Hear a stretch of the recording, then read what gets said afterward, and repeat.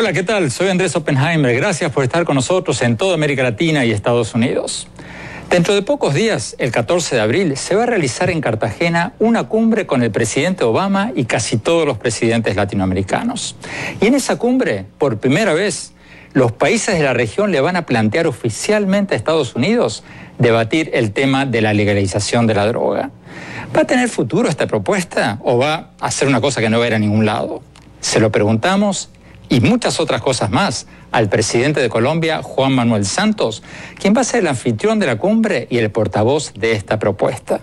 Vamos a ver lo que nos dijo el presidente Santos y luego lo vamos a analizar con varios analistas internacionales de primer nivel.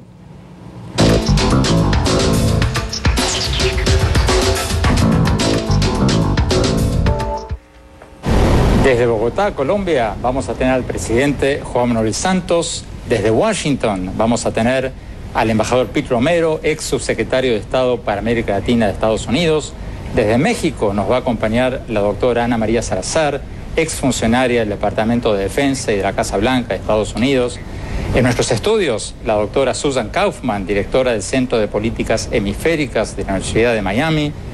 Desde Argentina, el embajador Diego Aguilar, ex embajador de Argentina en Estados Unidos, la Unión Europea y Brasil.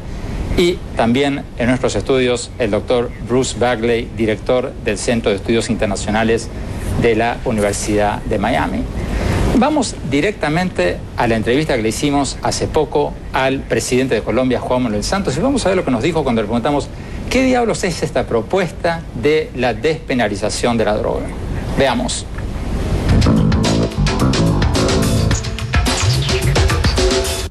Presidente Juan Manuel Santos, muchas gracias por aceptar esta entrevista.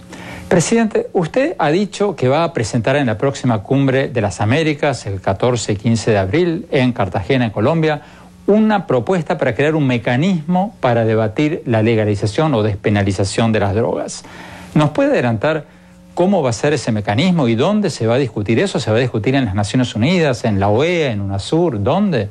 Primero que todo, Andrés, no es para la legalización de las drogas, sino es abrir una discusión para estudiar las alternativas a lo que tenemos hoy, que pueden ser de diferente índole. Puede ser, por ejemplo, endurecer más las penas contra los consumidores hasta la legalización del tráfico de drogas, y en el intermedio hay la despenalización, de pronto solamente despenalizar el consumo y seguir persiguiendo a los traficantes.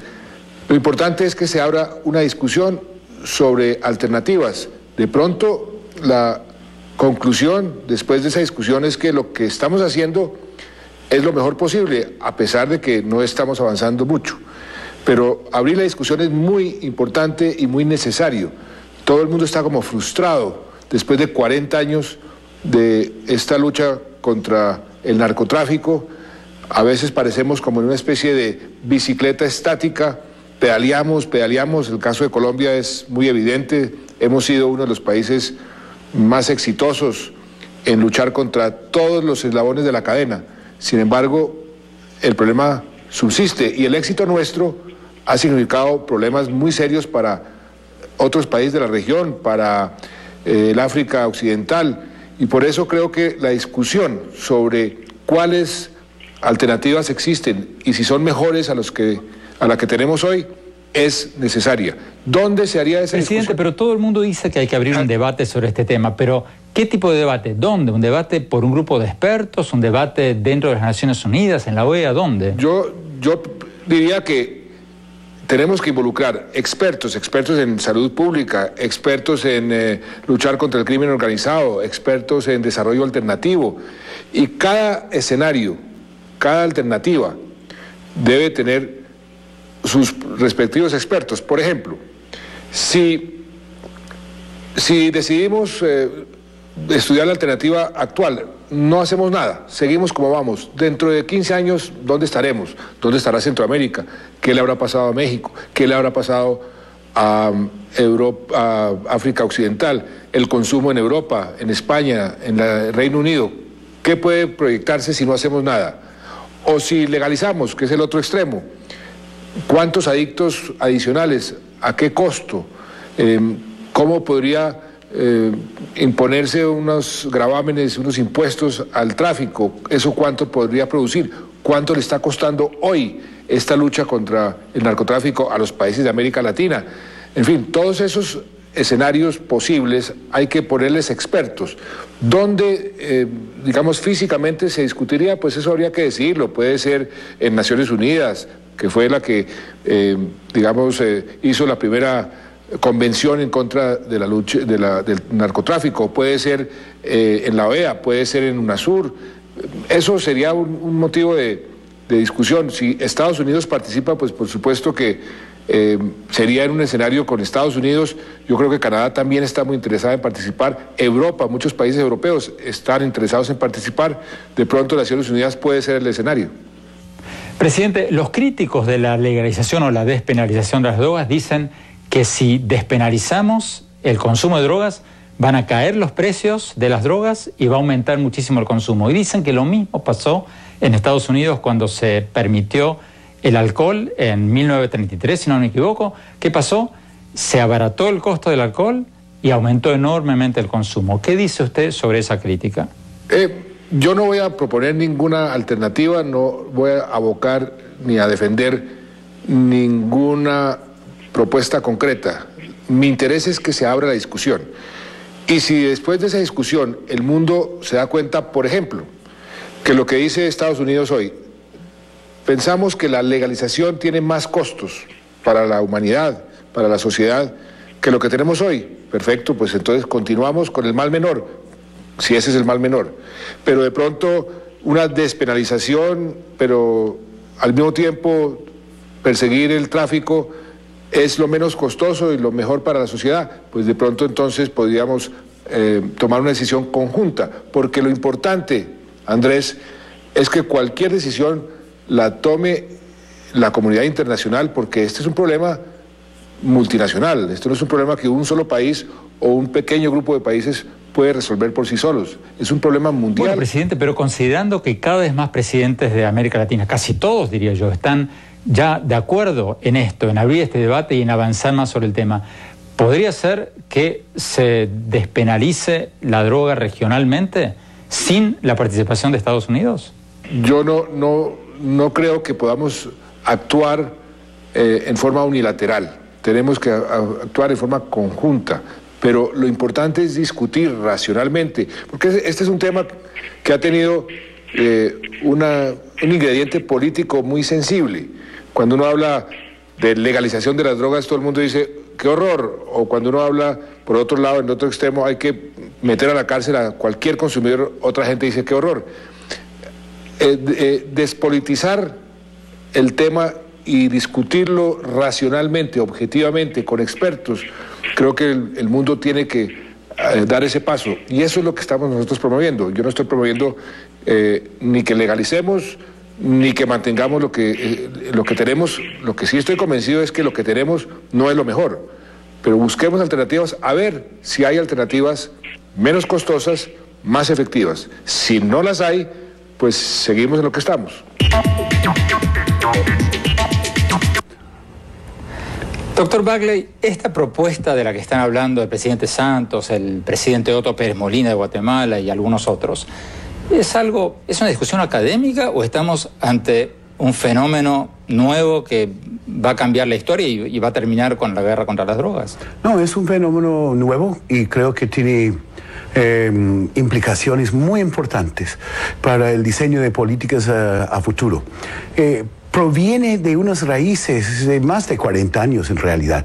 Es la fase moderna de la lucha contra las drogas, ¿no? Desde 71 con Nixon. Pero en realidad en los Estados Unidos hemos estado en esta lucha desde 1914 bueno, y el Harrison Act. Acá están hablando de debatir.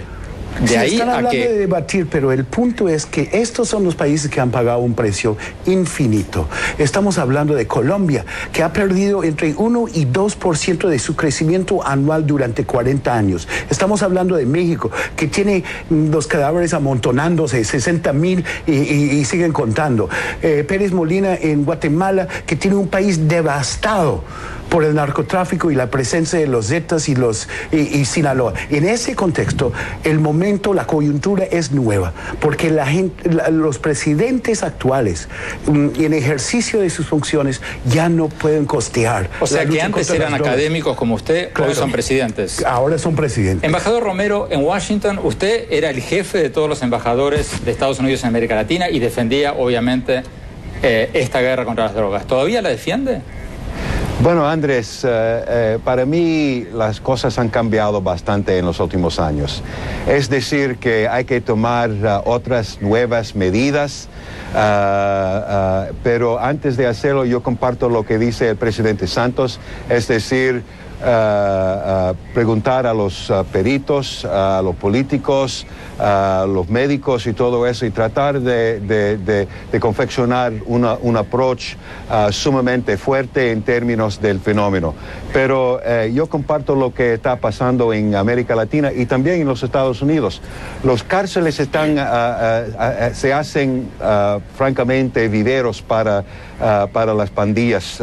Un joven de 18 años entra a la cárcel por pocas cantidades de marihuana y sale como pandillistas. Embajador Romero, ¿usted cree que el gobierno, este gobierno del presidente Obama o quien lo suceda, van a realmente avanzar en esto? Sí, es posible. Se habla de escuchar muy bien el vicepresidente Biden en su visita a Tegucigalpa 2 semanas atrás sobre la cuestión de alternativas a la política de estupefacientes en América Latina. Y el gobierno está más o menos abierto, pero no se espere nuevas alternativas y nuevas políticas antes de los comicios. Esa es la realidad. Doctora Kaufman-Purcell, obviamente antes de noviembre, como dice el embajador Romero, no va a pasar nada, pero ¿usted cree realmente que un gobierno de Estados Unidos va a proponer o va a aceptar una propuesta de legalización, o las fuerzas conservadoras en este país son tan poderosas que nunca lo van a permitir? Creo que no van a permitir, y yo creo que no deben permitir, porque estamos hablando así como fuera estos carteles de drogas que así como no ha cambiado, pero de veras ya no son puras carteles de drogas o ex carteles de drogas, son mafias, son organizaciones criminales con nexos internacionales. Entonces, drogas son una parte de todo el crimen que ellos hacen. Tiene extorsión, tiene secuestros, entran en negocios. Entonces necesitamos otra manera de resolver esta cosa. Pero usted está a favor de la actual política. Yo no quiero la legalización de ninguna manera. Embajador Diego Aguilar, en Argentina, rápidamente, ¿cómo lo ve desde allí? Bueno, yo creo que hay un peligro en la apertura de este debate, que es transformar los términos de progresismo y conservadurismo, que es progresista la legalización de la droga y es conservador el considerar que hay que seguir adelante con el combate a la droga. Me parece que esos términos del debate son sumamente peligrosos, y queda muy claro que el consumo de drogas es altamente perjudicial. Creo que la apertura y la liberalización le va a quitar, en la medida que crezca, solo como debate, un instrumento central en la educación de los padres frente a sus hijos. Hemos visto lo que ha sido el impacto en las bebidas alcohólicas, en el cigarrillo, los millones y millones de muertos que ha ocasionado, los accidentes automovilísticos producidos por el exceso en el consumo del alcohol. Quiere decir que este es un tema muy delicado, y lo que no podemos hacer es transformarlo en un debate entre el bien y el mal. Eso sería muy peligroso. En 30 segundos, doctora Salazar, porque nos piden un corte, ¿le parece bien o mal esto que se va a debatir? Mira, Mira, yo creo que es una propuesta medio demagógica, en el sentido de que todos estos gobiernos tienen que demostrar que están tratando de hacer algo diferente para resolver el problema. Yo estoy de acuerdo con la doctora Kaufman-Purcell, de que aquí el problema, Kaufman, de que aquí este es un problema de instituciones, ¿sí? Y entonces aquí tener que regañar o señalar esto al resto de los países y al resto de los presidentes es un poco difícil, porque si no es narcotráfico va a ser como lo que está pasando aquí en México, el tráfico de personas, y si no es el tráfico de personas es el tráfico de armas, y si no es el tráfico de armas van a ser las extorsiones. O sea, estas organizaciones pueden hacer lo que hacen porque no hay instituciones reales que los puedan combatir, y no los va a haber por muchos años en países como México, porque este tipo de reformas, como lo vimos en Colombia, se tarda tiempo, se tardan hasta 10 años. Vamos a ir a un corte y cuando volvamos vamos a ver lo que nos dijo el presidente Santos cuando le preguntamos sobre Cuba y si debe o no participar en esta cumbre que se va a realizar en Cartagena. Gracias por seguir con nosotros. Seguimos con la entrevista que le hicimos al presidente de Colombia, Juan Manuel Santos. Vamos a ver lo que nos dijo cuando le preguntamos sobre la exclusión de Cuba de la cumbre de Cartagena.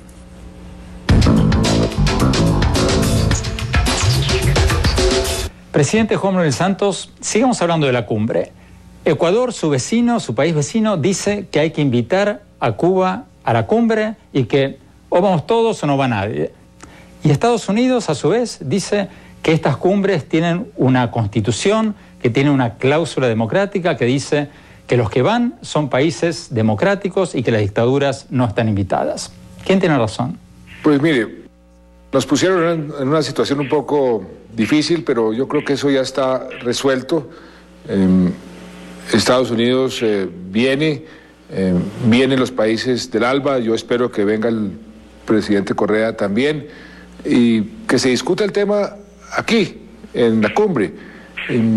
Esa es la mejor fórmula, discutir los problemas, tratar de buscarles soluciones, y no solamente Ecuador el que quiere que Cuba venga, una mayoría de países de América Latina quisiera que Cuba estuviera en la cumbre. En esta ocasión no se va a poder, pero discutir la forma como podría estar en el futuro creo que es lo que más le conviene al conjunto de las naciones. ¿Por qué, señor presidente? ¿Acaso América Latina no tenía unas cláusulas colectivas de defensa de la democracia en todas sus agrupaciones, por las cuales no se permitían países no democráticos? ¿Por qué terminar con eso y sentar un precedente de que vale todo, de que cualquier gobierno puede limitar la libertad de prensa, no realizar elecciones o realizar elecciones amainadas? ¿Qué tiene de malo mantener ese club de defensa colectiva de la democracia que había hace pocos años, en que los presidentes defendían colectivamente las democracias en toda la región?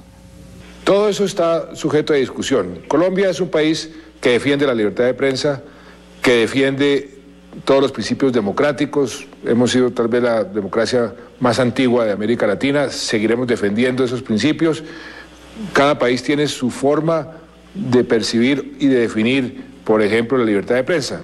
Yo tengo la mía muy clara, pero hay otros países que tienen otra forma de decir la libertad de prensa quiere decir otras cosas. Esas discusiones se tienen que dar.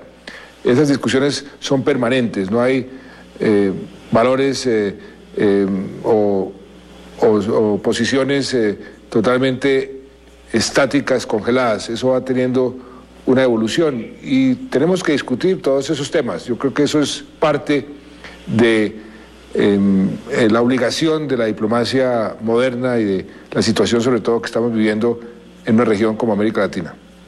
¿Qué cosas concretas pueden salir de esta cumbre? Porque Estados Unidos está recién saliendo, tratando de salir de su crisis económica, está en un año electoral, no tiene mucha cabeza en este momento para preocuparse por América Latina. ¿Qué cosa concreta entonces puede salir de esta cumbre?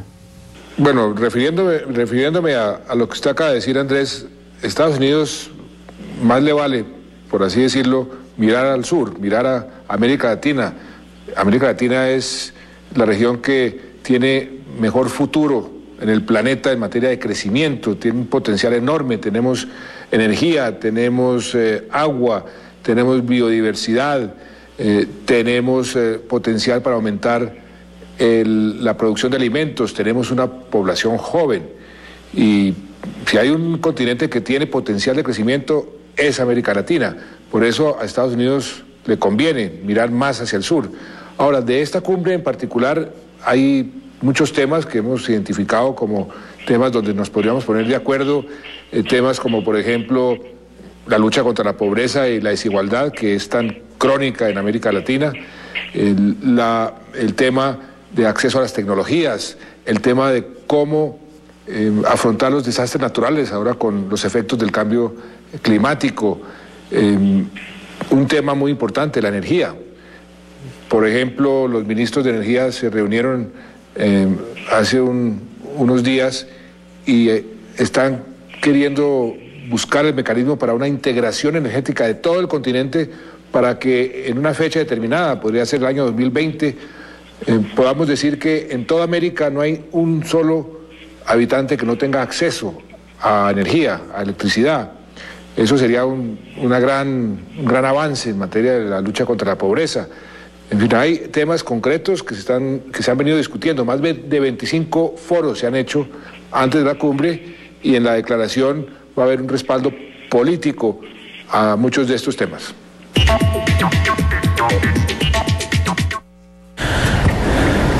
Embajador Diego Aguilar, en Argentina, ¿qué piensa de lo que acaba de decir el presidente Santos cuando le preguntamos sobre la defensa colectiva de la democracia? Y él dijo, bueno, no todas las posiciones tienen que ser estáticas, congeladas. ¿Vale todo o no vale todo? Habría que mantener ciertos estándares y decir, esto es un club de democracia, si usted viola la libertad de prensa, si usted no conduce elecciones libres, etcétera, etcétera, no pertenece a nuestro club. Bueno, yo creo que en los últimos 30 años la región ha avanzado mucho en términos de instituciones democráticas, nos ha costado mucho hacerlo y que la cláusula democrática es una cláusula muy valiosa. Coincido con él que hay que discutir, pero hay que discutir efectivamente las condiciones del reingreso. Todos esperamos que la nación cubana, una nación tan apreciada en el seno de nuestras Américas, pueda volver al redil de naciones normales democráticas, pero también hay que discutir las muy serias violaciones que hay en varios países de nuestra región que afectan en particular, por ejemplo, a la libertad de prensa. Es decir, yo creo que estos foros son buenos no como encuentros de tipo protocolar, sino como un ejercicio efectivamente para la defensa y el perfeccionamiento de la democracia. Embajador Pete Romero, en Washington, ¿qué piensa usted de lo que escribí hace pocas semanas de por qué no invitar a Cuba, pero invitarla para que dé explicaciones? O sea, no invitarla con una alfombra roja, sino decirles, vengan a la cumbre y una vez que estén sentaditos ahí, decirles, señores, hay un compromiso de toda la región de respetar la libertad de prensa, de respetar las elecciones libres, etcétera, etcétera. ¿Qué hay de malo en invitarlos, pero sentarlos en el banquillo en la cumbre? Andrés, el gran riesgo que se corre con esta alternativa es que los estándares democráticos están bajándose cada día en países como Nicaragua y Venezuela y hasta Ecuador específicamente, sobre todo en libertades civiles. Y si se añade un país como Cuba, por ejemplo, que no tiene ninguna libertad civil, ni siquiera comicios, elecciones y expresión individual, etcétera, ese podría bajar más los estándares. Para mí, en primer lugar, hay que tomar en cuenta lo que sucedió después de cumbre en Trinidad y Tobago con OEA y la participación de Cuba y todo eso. Y al final Cuba no rechazó esta posibilidad de involucrarse en el OEA. Ahora, yo nunca he oído nada de Cuba sobre su participación en el proceso de cumbre. Vamos a México, doctora Ana María Salazar. ¿Esto baja los estándares o habría que invitarlos y, una vez que están ahí, exigirles? Mira, ¿sabes cuál es parte del problema, Andrés? Es que hay tantos temas que se tienen que discutir.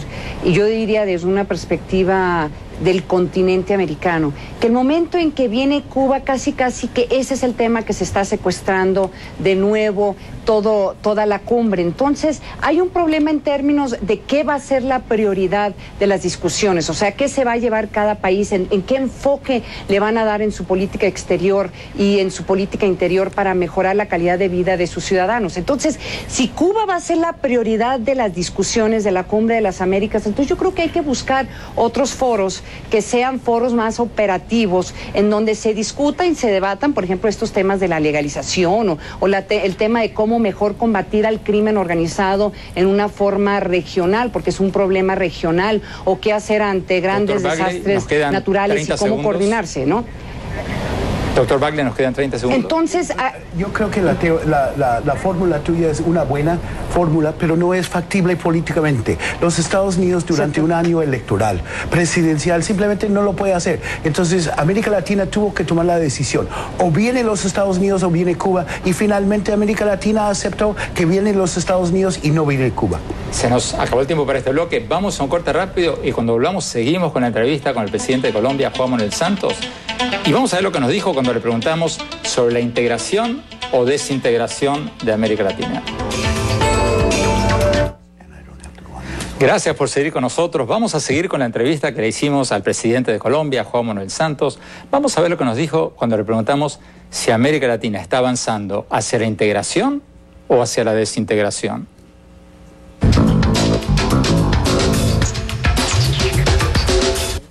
Presidente, hablemos un poco de la integración latinoamericana. Todos los días ustedes, los presidentes, se reúnen en cumbres, firman grandes declaraciones, forman nuevas organizaciones.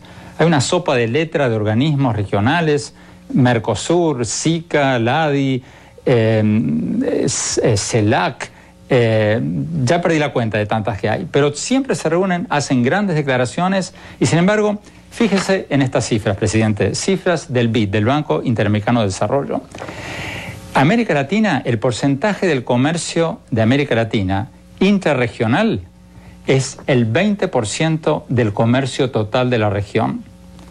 En Asia, el comercio intrarregional, o sea, entre los países asiáticos, es el 46% del comercio total de Asia. En Europa, el comercio intrarregional, o sea, entre los países europeos, es el 67% del comercio total de Europa. O sea, grandes cumbres, grandes declaraciones latinoamericanas, pero vamos para atrás, ¿o no? Hemos avanzado, pero muy poco. Por eso es tan importante que los países se den cuenta. Por ejemplo, lo que usted está mencionando, el comercio, el tremendo potencial que tenemos los latinoamericanos si simplemente mejoramos los flujos de comercio entre nosotros mismos.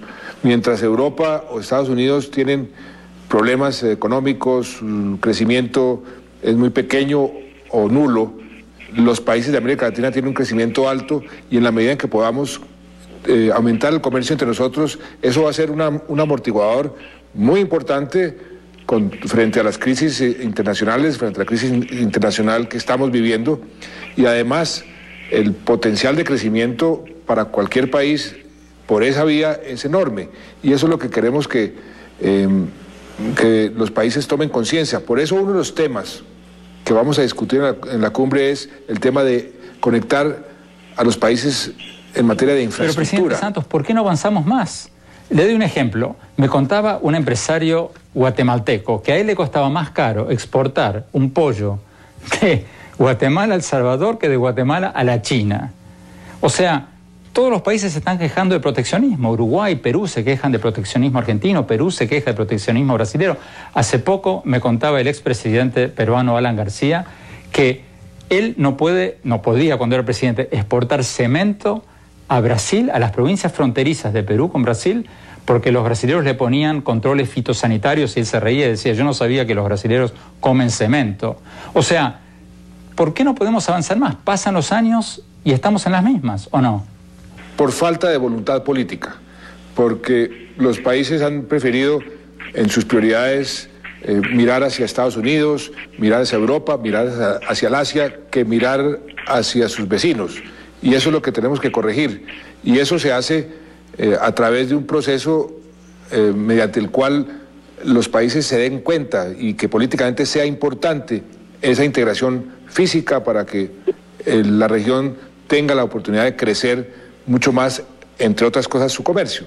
Eso es falta de voluntad política, pero por eso estamos generando esa voluntad política. Por ejemplo, en esta Alianza por el Pacífico hicimos un grupo de países, México, Perú, Chile, Colombia, están Panamá y Costa Rica de observadores. Es un mercado muy importante. Ya tomamos la decisión a través de una cumbre virtual, primera cumbre virtual entre presidentes para evitarnos los costos de los viajes, para ganar tiempo. En hora y 45 minutos finiquitamos el tratado que vamos a firmar. Y eso va a profundizar muchísimo la integración. Por ejemplo, nos vamos a conectar desde México hasta Chile en materia de electricidad. Es un paso importantísimo y eso va a abaratar los costos, va a permitirnos intercambiar electricidad. Si la electricidad hidroeléctrica sufre por una sequía, pues entonces nos cambiamos inmediatamente a quienes tengan una fuente de electricidad de otros orígenes, de carbono, de petróleo o eólica.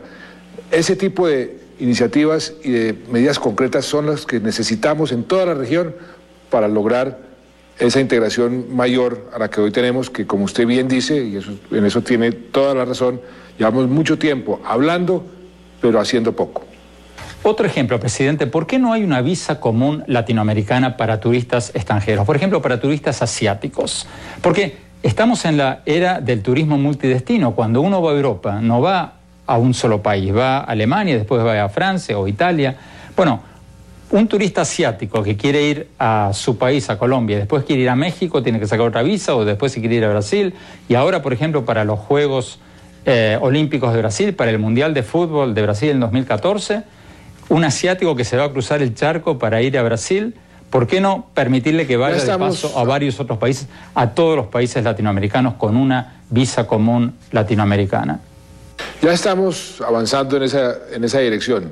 Por ejemplo, estamos eliminando las visas, inclusive entre nosotros. Es que entre nosotros mismos tenemos visas. Y en este grupo de Alianza por el Pacífico estamos eliminando las visas entre nosotros. Estamos comenzando a abrir con Chile, con Perú, y vamos a hacerlo con México, embajadas o oficinas comerciales conjuntas. Estamos tomando pasos en esa dirección, pero no ha sido fácil. Esa mentalidad de la soberanía, de que no permitir que cualquiera entre al territorio, es a veces sacrificar la soberanía. Ese tipo de prejuicios son los que tenemos que ir eliminando.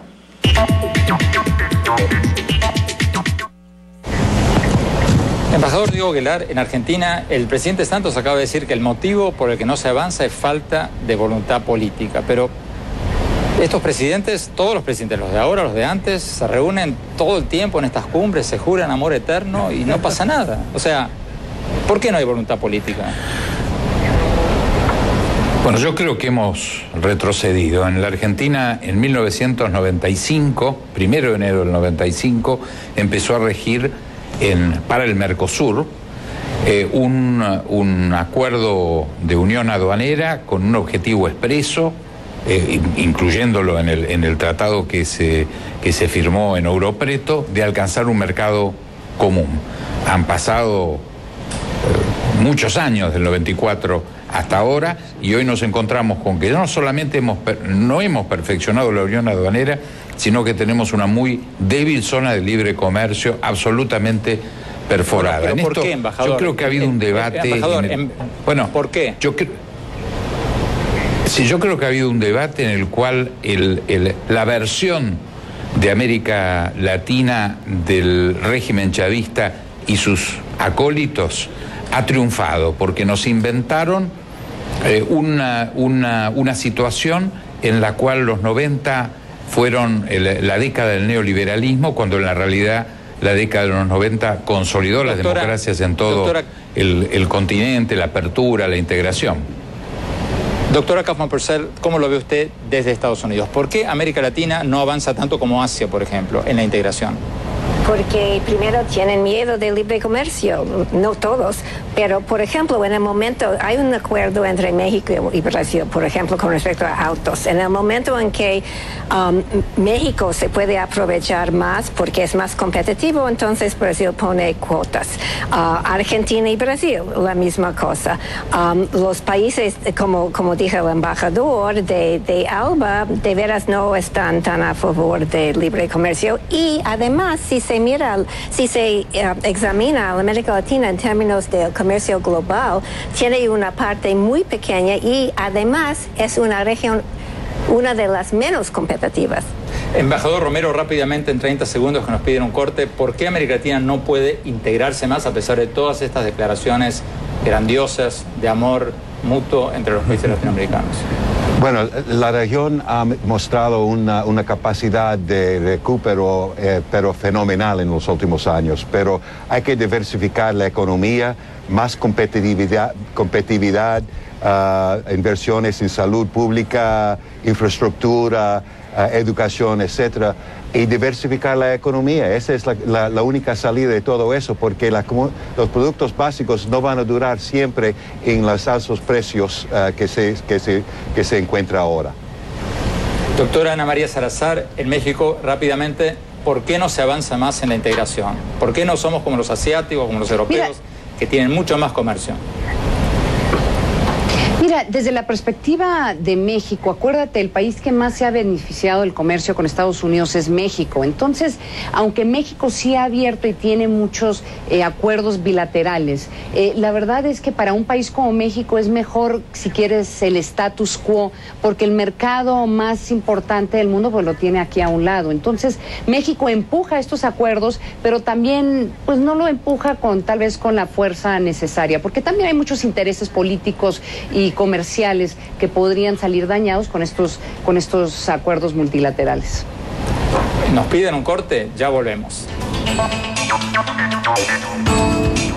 Se nos acabó el tiempo y quiero darles a cada uno 30, 40 segundos para redondear el tema con el que empezamos este programa, la legalización de la droga. Embajador Pete Romero, en Washington, ¿esto es una discusión académica o estamos frente a algo concreto que vamos a poder comprar marihuana en el mercado muy pronto? Bueno, no es algo académico, hay que tomar medidas distintas, diferentes de lo que nosotros hemos hecho en el pasado, pero hay que tomar en cuenta las varias experiencias de otros países. México, por ejemplo, está al lado de los Estados Unidos, el mercado más grande para la marihuana. Colorado y California han legalizado el marihuana para el consumo como medicamento. En fin, los carteles están siguiendo igual con pérdidas de unos mercados más grandes en el oeste del país. Es decir, que despenalizar no es una llave mágica, hay que estudiarlo, hay que profundizarlo. Doctora Ana María Salazar, en México, en 30 segundos, ¿esto va a ser algo concreto? ¿Que va a dar resultados concretos o es una discusión? Yo no creo que haya resultados concretos a corto plazo. Yo veo más esto como una discusión política ante la frustración que ha habido de cómo estos grupos de crimen organizado, particularmente en México, se han ido fortaleciendo. Aún legalizando la droga o despenalizando la droga no resolvería el problema de la violencia que se está viviendo en México, porque estas organizaciones, como la mayoría de las organizaciones en Latinoamérica, se irían a otro tipo de actividades. Mientras no existan instituciones para perseguirlos y poder controlarlos, especialmente aquellas organizaciones que tienen control territorial sobre algunas regiones de América, de las Américas, va a ser muy difícil pensar que la legalización y esta discusión de la legalización vaya a tener mucho éxito. No resuelve el problema de la violencia, es lo que quiero decir. Embajador Diego Aguilar, en Argentina. Bueno, yo creo que los dos temas centrales de la inminente cumbre sean la legalización de la droga y la presencia de Cuba. Es una verdadera frustración, un marco de retroceso y que requiere realmente una revisión muy grande de los ejes de la integración regional. Doctor Bruce Bagley. Sí, Andrés, con todo respeto, el locomotor detrás del crimen organizado, que ha aumentado mucho en las últimas décadas, es la ganancia del narcotráfico. No elimina la despenalización o legalización, toda la ganancia, pero claramente reduce márgenes de ganancia y permite volver a una situación donde el crimen organizado no erosiona las instituciones más, donde no destruye la democracia, donde no sacrifica los Estados Unidos al último colombiano, al último mexicano, al último guatemalteco por consumo norteamericano. Entonces hay que legalizar. Hay que despenalizar y hay que pensar en alternativas como cortes juveniles y otras. Doctora Kaufman. Yo creo que tenemos que cambiar el enfoque de la conversación, no tanto sobre drogas, legalización o no legalización, pero sobre el crimen internacional, el papel de estas estructuras mafiosas. Debemos tratar de aprender de la experiencia de los Estados Unidos, de los países europeos, de los países de América Latina y Asia, porque de veras requiere una cooperación internacional y un entendimiento de mafias criminales internacionales y cómo funcionan y cómo se puede derrocarlas. Vamos a un corte y mi opinión. Muchas gracias por habernos acompañado y no se olviden que muchos de los temas que tocamos en este programa los pueden ver en mis columnas del Miami Herald y también nos pueden seguir en Twitter y en Facebook. Bueno, mi opinión sobre el programa de hoy, sobre esta propuesta de despenalizar las drogas. Creo que habría que empezar por considerar muy pero muy seriamente la despenalización de la marihuana y el uso de los recursos que se ahorrarían en cárceles, en represión, en todo ese tipo de ofensivas contra el narcotráfico para campañas de educación y prevención contra las drogas más duras. ¿Por qué? Porque las campañas funcionan. Fíjense lo que pasó en Estados Unidos. Hace 30 años todo el mundo fumaba. Hoy día, gracias a estas campañas, poquísimamente fuma. Lo que está claro es que lo que hay ahora, esta guerra contra las drogas que está produciendo tantas muertes, no está funcionando. De manera que, bienvenido el debate. Ojalá se dé y ojalá se dé seriamente. Gracias. Hasta siempre.